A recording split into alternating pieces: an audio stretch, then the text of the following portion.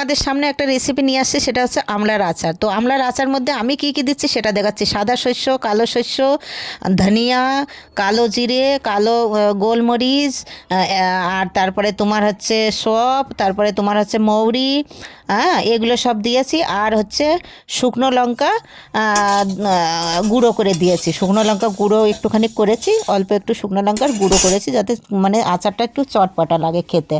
তো দেখো সবগুলো করার পরে তো আমি হচ্ছে কি করলাম তোমাদের আমি দেখাচ্ছি। লঙ্কা চিড়ে রেখেছি মধ্যে দিয়ে, আমি লঙ্কাটা বেশি ভালোবাসি বলে লঙ্কা দিয়েছি। তো তোমরা লঙ্কা না হলে খালি আমলা করলে খালি আমলা করতে পারো, আর লঙ্কাটাও করতে পারো, যেটা তোমাদের সুবিধা হয় তোমরা করতে পারো। তো তেলটা আগে মানে সর্ষের তেলটা ভালো করে গরম করে নিলাম, কি বলো তো, ভালো করে জ্বালায়ে নিলাম সর্ষের তেলটা। দেখতেই পাচ্ছ জ্বালিয়ে নিয়ে নিচেই মানে ঠান্ডা করার জন্য নিয়ে আসলাম।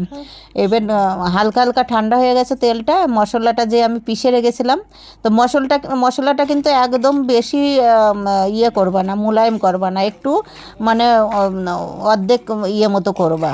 তো মশলাটা দেখতে পাচ্ছ আমি তেলের মধ্যে ঢেলে দিলাম।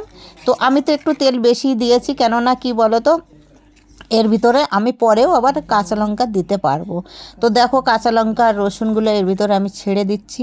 কাঁচা লঙ্কা রসুনগুলো ছেড়ে দিলাম। এখন এগুলো ভালো করে এর মশলাগুলো এর সাথে লেগে যাবে। আর তারপরে যে আমলাটা আমি সেদ্ধ করে রেখেছিলাম, বিচিগুলো ছাড়িয়ে রেখেছিলাম, তো সেটা আমি এই যে দিয়ে দিলাম এর ভিতরে। এবার সব মশলা ভালো করে এর মধ্যেই মানে লেগে যাবে, ভালোভাবে একটু নাড়তে হবে, খুন্তি দিয়ে ভালোভাবে নাড়লে পরে সব আমলাইগুলো মানে সব মশলাগুলো আমলায় লেগে যাবে। দেখো হয়ে গেছে। এইবার কি করবা, 2-3 দিন মতো রোদ্দুরে রাখবা, রোদ্দুরে রাখলে একদম ভালো হয়ে যাবে।